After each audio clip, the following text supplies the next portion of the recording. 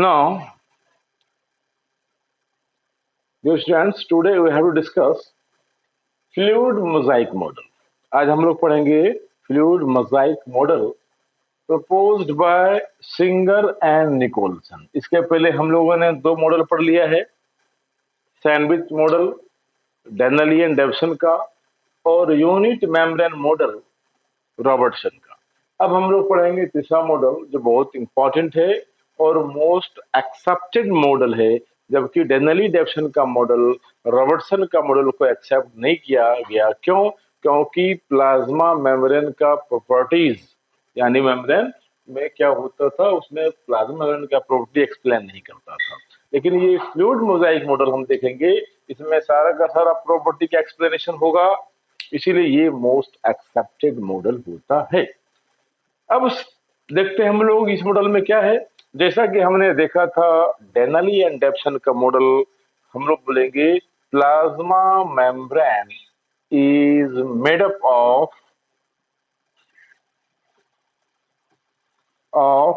Protein and phospholipids. याद रखना है, प्रोटीन और फॉस्फोलिपिड्स का बना होता है, जैसा कि हमने यूनिट मेम्ब्रेन में भी देखा था और डेनली एंड डेवसन का मॉडल में भी देखा। अब यहां पर इंपॉर्टेंट क्या है, देखो कि प्रोटीन्स आर कैसा होता है यहां पर, अल्फा ग्लोबुलर। याद रखेंगे, प्रोटीन यहां पर कैसा होगा, अल्फा ग्लोबुलर प्रोटीन होगा। जैसा कि डेनली एंड डेवसन ने बोला था कि प्रोटीन कैसा है, अल्फा ग्लोबुलर है यानी स्फेरिकल प्रोटीन होता है, जबकि रॉबर्टसन ने क्या बोला था, रॉबर्टसन ने बोला ये बीटा फाइब्रस प्रोटीन होता है। तो सिंगर निकोलसन ने फिर से क्या बोला कि ये अल्फा ग्लोबुलर होता है, स्फेरिकल प्रोटीन होता है। क्लियर? अब ये प्रोटीन हम देखेंगे तो ये जो ग्लोबुलर प्रोटीन होगा, ये दो टाइप का प्रोटीन मेम्ब्रेन में होता है। ये बहुत इंपॉर्टेंट पॉइंट है, हम लोग देखेंगे। एक को बोलते हैं एक्सट्रिंसिक प्रोटीन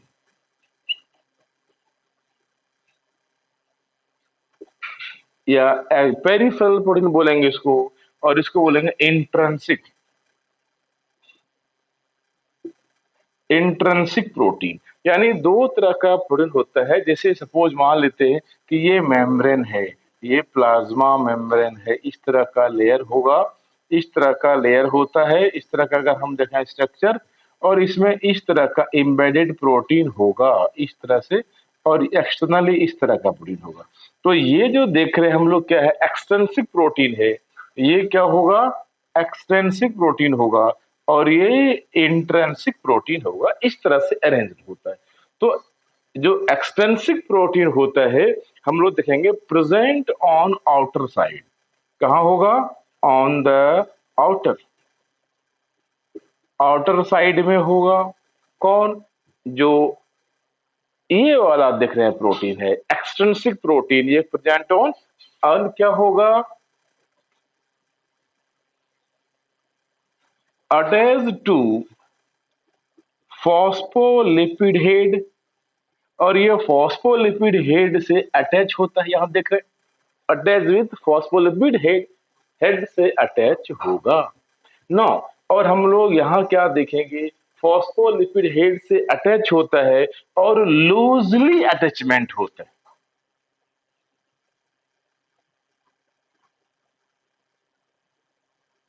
लूजली अटैच्ड होता है, बहुत कॉम्पैक्टली टाइटली अटैच्ड नहीं होता। इसलिए हम लोग बोल सकते हैं कैन इजिली रिमूव,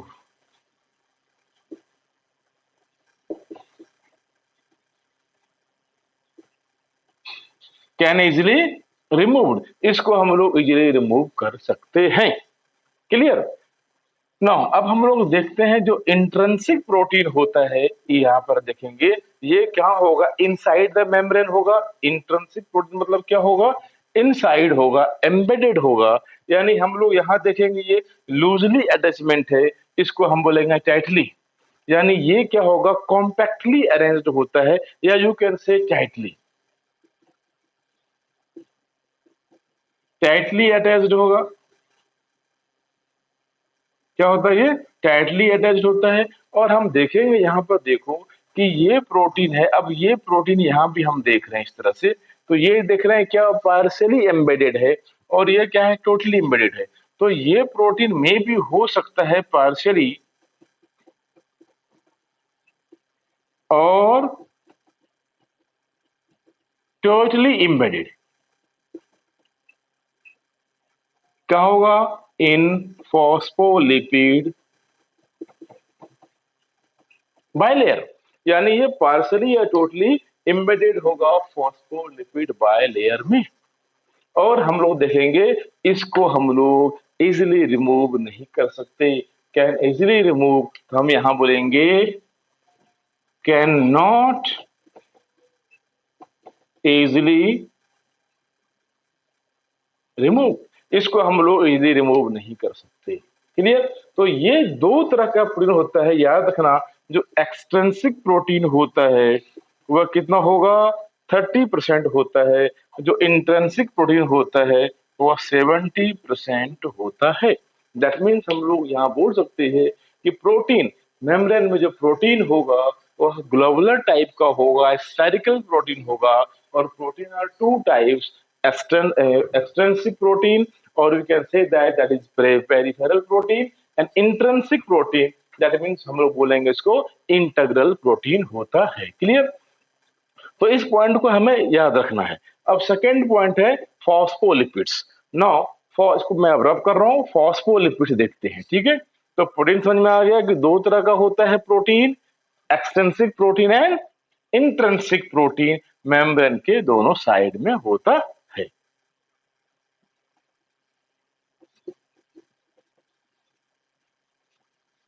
अब हम लोग देख रहे हैं यहां पर फॉस्फोलिपिड्स। फॉस्फोलिपिड्स कैसा होता है, यहां पर हम लोग बोलेंगे फॉस्फोलिपिड्स आर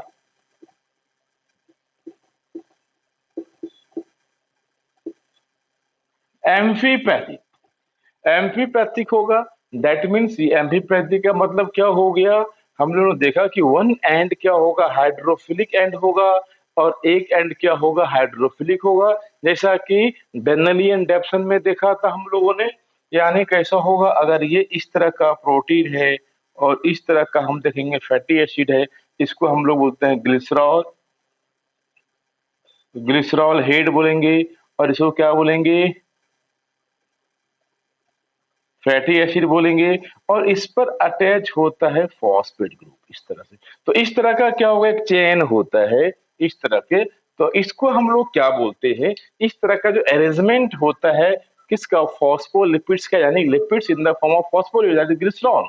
और टू चेन, यानी कि यहाँ पर दो फैटी एसिड का चेन होता है। तो ये जो पार्ट हम दिख रहा है इसको हम लोग बोलते हैं hydrophilic head. Hydrophilic, hydrophilic head बोलेंगे, या इसको बोलेंगे hydrophilic polar head. Hydrophilic polar head बोलेंगे। और इस रीजन को बोलेंगे, जो टेल रीजन है, इसको बोलेंगे हाइड्रोफोबिक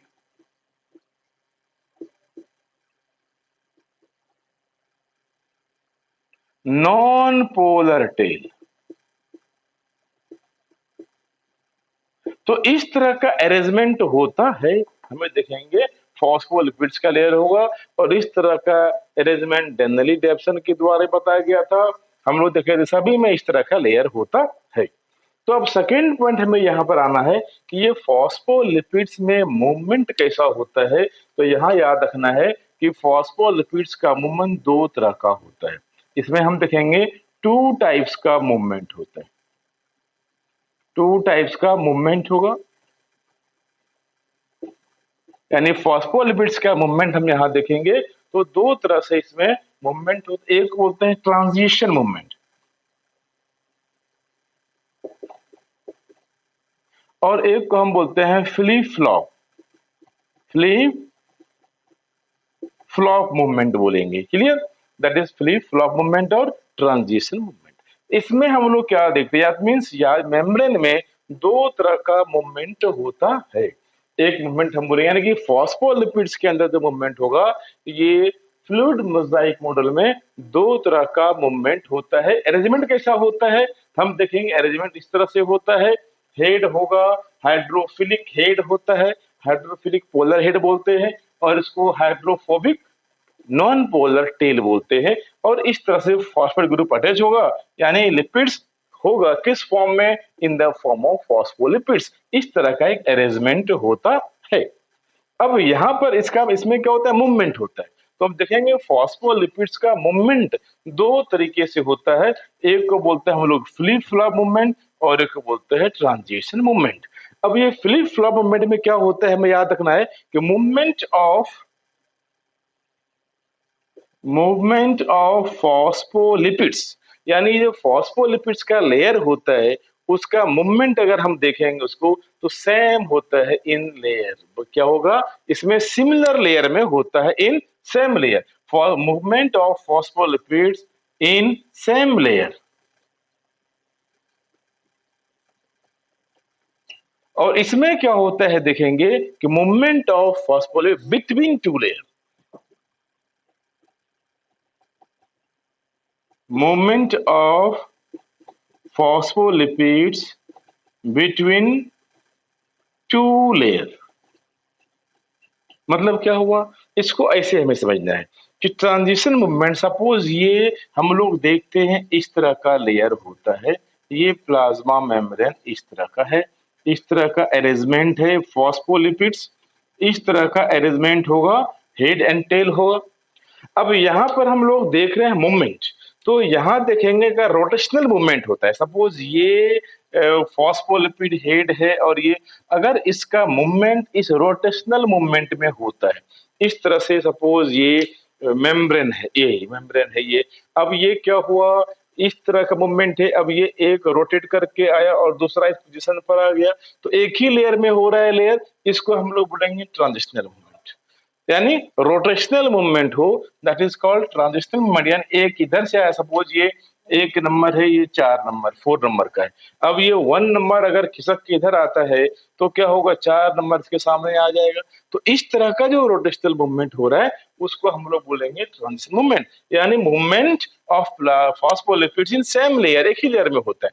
लेकिन अगर मूवमेंट क्या हुआ, अब ये फॉस्फोलिपिड लेयर है, अब एक क्या है, इधर आता है और दूसरा इधर जाता है, यानी एक क्या होगा, इधर से इधर आ रहा है और एक इधर से इधर की आ रहा है। तो ये जो मूवमेंट है इसको हम बोलते हैं फ्लिप फ्लॉप मूवमेंट। क्लियर, यानी क्या हो गया, एक इधर नीचे आएगा और एक इधर जा रहा है, तो इसको हम लोग बोलते हैं फ्लिप फ्लॉप मूवमेंट। ये क्या होगा, फ्लिप,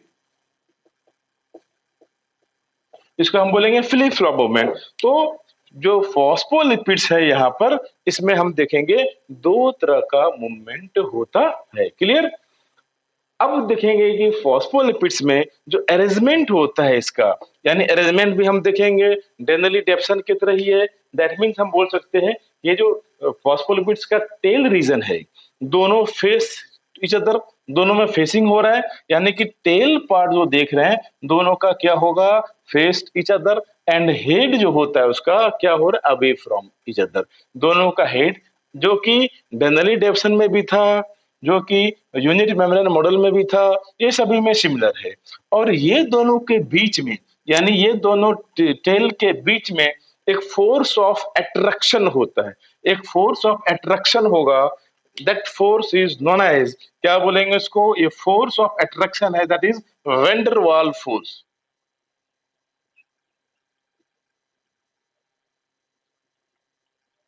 याद रखना है। तो in between two phospholipid layer there is a force of attraction, that force of attraction is called Van der Waals force. Clear, तो ये क्या है, हमने देखा फॉस्फोलिपिड्स का मूवमेंट। अब हम लोग एक डायग्राम आते हैं, डायग्राम को देखते हैं इसको।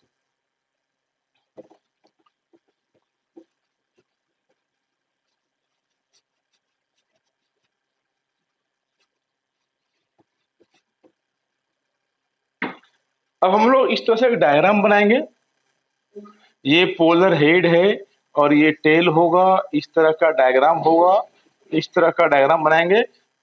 कुछ प्रोटीन पार्शली एम्बेडेड होता है, कुछ टोटली एम्बेडेड होता है। इस तरह का हम बनाएंगे प्रोटीन को,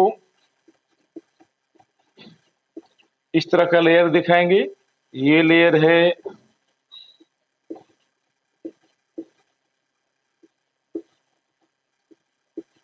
ये लेयर, इस तरह का मेम्ब्रेन होता है। इस तरह का हम दिखाएंगे मेम्ब्रेन को।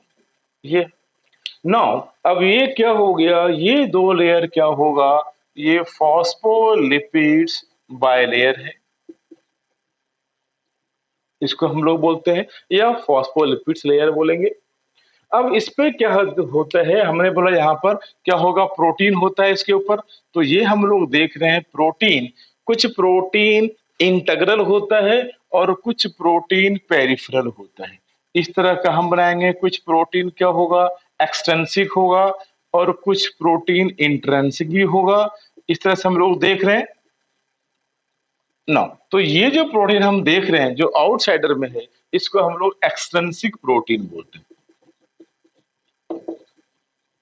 एक्सट्रिंसिक प्रोटीन बोलेंगे, या इसको हम लोग पेरिफेरल प्रोटीन बोलेंगे, प्लाज्मा मेम्ब्रेन पर होता है। इसको भी हम लोग क्या बोलेंगे, एक्सट्रिंसिक प्रोटीन, या इसको हम लोग बोलेंगे इंट्रिंसिक प्रोटीन बोलेंगे। अब यहां पर हम लोग देख रहे हैं ये फॉस्फोलिपिड बाइलेयर है, और ये जो प्रोटीन हम लोग देख रहे हैं ये क्या हुआ, इंट्रिंसिक प्रोटीन। इंट्रिंसिक बोलेंगे प्रोटीन इसको, या हम लोग इसको बोलेंगे इंटरनल प्रोटीन। अब देख रहे हैं यहाँ पर एक प्रोटीन देख लो, ये क्या है, थोड़ा आधा इनसाइड है और आधा बाहर है। दैट मीन्स अगर ये आधा इनसाइड भी है, पार्शली एम्बेडेड है, तो यहाँ पर क्या है, लिपिड होने के कारण क्या होगा, ये कॉम्पैक्टली अरेंज्ड होता है। तो इसको भी हम लोग क्या बोलेंगे, इंट्रिंसिक प्रोटीन बोलेंगे। दैट मीन्स इंट्रिंसिक प्रोटीन क्या हुआ, पार्शली और टोटली अगर एम्बेडेड है in lipid bilayer, that is called intrinsic protein. Clear. और ये क्या है, जो टोटली बाहर है, इजिली रिमूव हो सकता है। अब याद रखना है ये रिमूव नहीं होता है। क्लियर। तो इस तरह का लेयर होता है, प्रोटीन का लेयर होता है। अब इन बिटवीन यहाँ पर क्या होता है, देखो मेम्ब्रेन में कुछ कोलेस्ट्रॉल भी होता है, कोलेस्ट्रॉल होता है प्रेजेंट। याद रखना ये कोलेस्ट्रॉल केवल only eukaryotic, eukaryotic cell membrane में ही प्रेजेंट होता है, प्रोकैरियोटिक मेम्ब्रेन में प्रेजेंट नहीं होता है। अब ये कोलेस्ट्रॉल क्या करता है यहाँ पर, तो याद रखना है ये कोलेस्ट्रॉल स्टेबिलिटी, मेम्ब्रेन में स्टेबिलिटी प्रोड्यूस करता है, मेम्ब्रेन को स्टेबल ज्यादा बनाता है। एक पॉइंट याद रखना है, ये कोलेस्ट्रॉल प्रोकैरियोटिक मेम्ब्रेन में एब्सेंट होता है। क्लियर। अब हम लोग देख रहे हैं इसके आउटर साइड में, अगर मेम्ब्रेन का आउटर साइड देखेंगे, यहाँ पर बहुत सारा क्या होगा, कार्बोहाइड्रेट्स का चेन होता है in the form of oligosaccharides,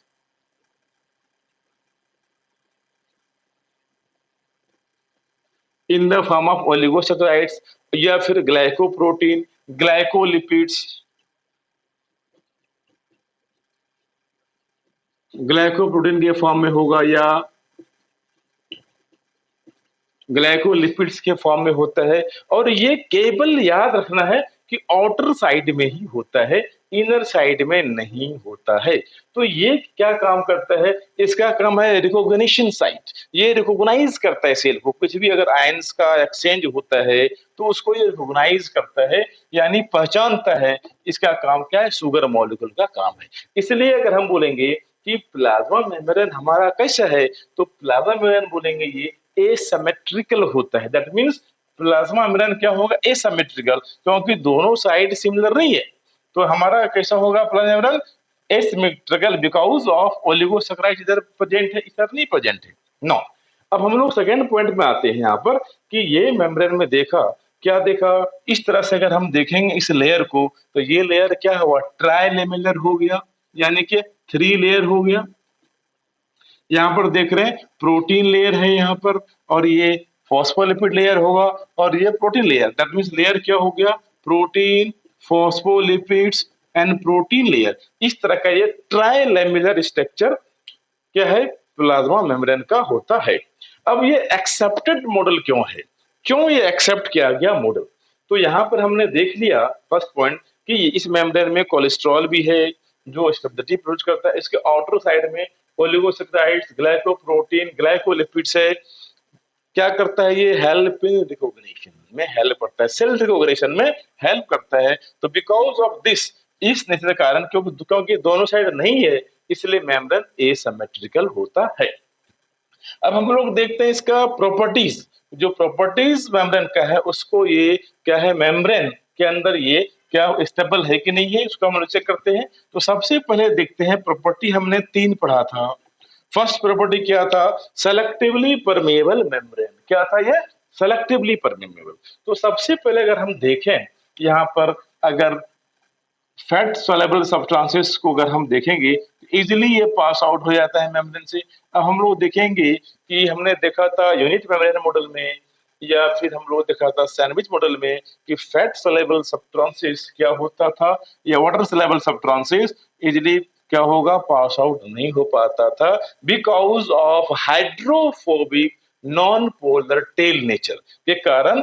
क्या हो गया वह, क्या आउटर साइड से इनसाइड एक्सचेंज नहीं होता था, ट्रांसफर नहीं होता, ट्रांसमिशन नहीं होता था। बट यहाँ पर देख रहे हैं कि ये प्रोटीन है, इजिली पेनिट्रेट कर जाएगा, और यहाँ भी प्रोटीन है, इंटेग्रल प्रोटीन है, इसलिए यहाँ पर क्या होता है, इजिली यहाँ पर पास आउट हो जाता है वाटर सोलेबल सब्सटेंसेस भी और फैट सोलेबल सब्सटेंसेस भी।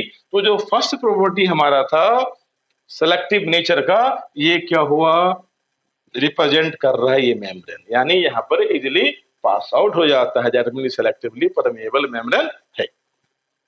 सेकेंड पॉइंट हम लोग देख रहे हैं यहाँ पर इंपॉर्टेंट है क्या, कि हम लोग देखेंगे रेशियो। जो सेकेंड था हम लोग वेरिएबल रेशियो। अगर हम इस स्लाइड्स को देख, इधर से निकाल कर देखें यहाँ पर, तो देखेंगे 1 2 3 4 5 प्रोटीन है।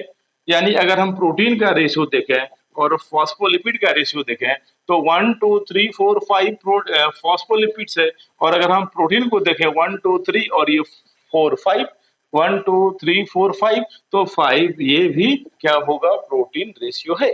दैट मीन्स ये रेशियो क्या होता है, अगर ये एक्सचेंज होता है तो ये फिर से दूसरा उसके स्पेस पे ले लेता है, यानी ये रेशियो मेंटेन करता है। यानी इसका जो सेकेंड नेचर था variable ratio of protein and phospholipid, ये भी यहाँ पर हो रहा है। और थर्ड नेचर क्या था, डायनामिक नेचर। जो डायनामिक नेचर था उसका, यहाँ पर हम लोग देखेंगे इस मेम्ब्रेन को रिप्रेजेंट के लिए करने के लिए एक कोटेशन हम लोग याद करते हैं। यानी क्या करते हैं इसमें कि protein iceberg in the sea of lipids, याद रखते हैं इसको। क्या करेंगे इसको, प्रोटीन आइसबर्ग,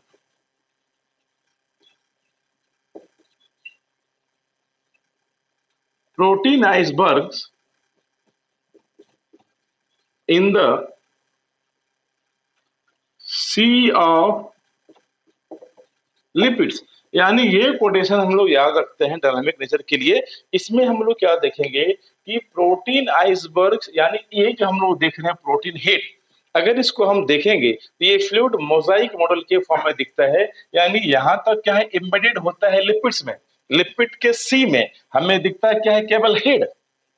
अगर हम देखें इस तरह से नेचर इसका, तो क्या देखेंगे कि प्रोटीन, ये याद रखना है, क्वेश्चन आता है protein iceberg in the sea of lipid. Lipid का सी यानी फ्लूइडी नेचर है, और फ्लूइडी नेचर होने के कारण क्या होता है कि ये जो हेड रीजन है ये हमें केवल दिखता है इस तरह से, हेड पार्ट हमें इस तरह से दिखता है, बाकी सब पार्ट क्या है, फ्लूइड में एम्बेडेड है, फ्लूइड में एम्बेडेड है, यानी लिपिड्स के अंदर होगा।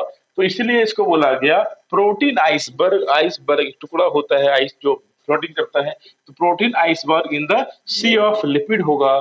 यानी इस वजह से क्या होता है, इसमें हम लोग देख रहे हैं ये फ्लिप फ्लॉप रोटेशन मूवमेंट होता है, और इसलिए क्या होगा, ये फ्लिप फ्लॉप नेचर होने के कारण, यानी फ्लोटिंग नेचर होने के, फ्लूइडी नेचर होने के कारण ये फ्लेक्सिबल होता है। फ्लूइडी नेचर होने के कारण क्या होगा, ये फ्लेक्सिबल होगा, डायनेमिक चेंज हो सकता है। इसलिए ये मेम्ब्रेन डायनेमिक चेंज को भी एक्सप्लेन करता है बिकॉज ऑफ फ्लूइडी नेचर, हम इसको बोल सकते हैं। यानी ये फ्लूइडी नेचर होने के कारण इसको हम लोग क्या बोलते हैं, quasi fluid nature. Quasi fluid, quasi fluid इसे बोलेंगे। क्वासी फ्लूइड मतलब क्या होगा, जेली लाइक, इस तरह का होता है quasi fluid, jelly like nature होगा। तो ये फ्लूइड नेचर होने के कारण ये क्या है, डायनामिक चेंज को एक्सप्लेन करता है। इसलिए हम बोलेंगे कि इसके अंदर क्या होगा, डायनामिक चेंज भी होता है अकॉर्डिंग टू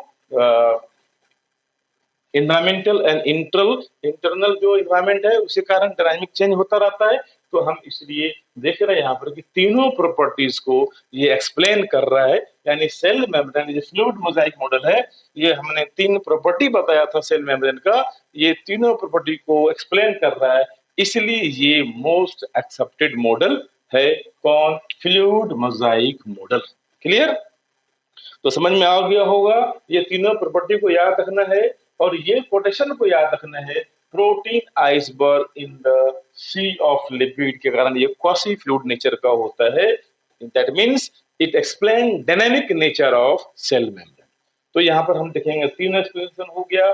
इसमें इंटीग्रल और पेरिफेरल प्रोटीन होता है और इसमें मूवमेंट दो तरह का होता है। यानी ये मूवमेंट हमने एक मूवमेंट देखा ट्रांजिशनल मूवमेंट, जो इस तरह का रोटेशनल मूवमेंट हो रहा है, और एक होता है फ्लिप फ्लॉप मूवमेंट।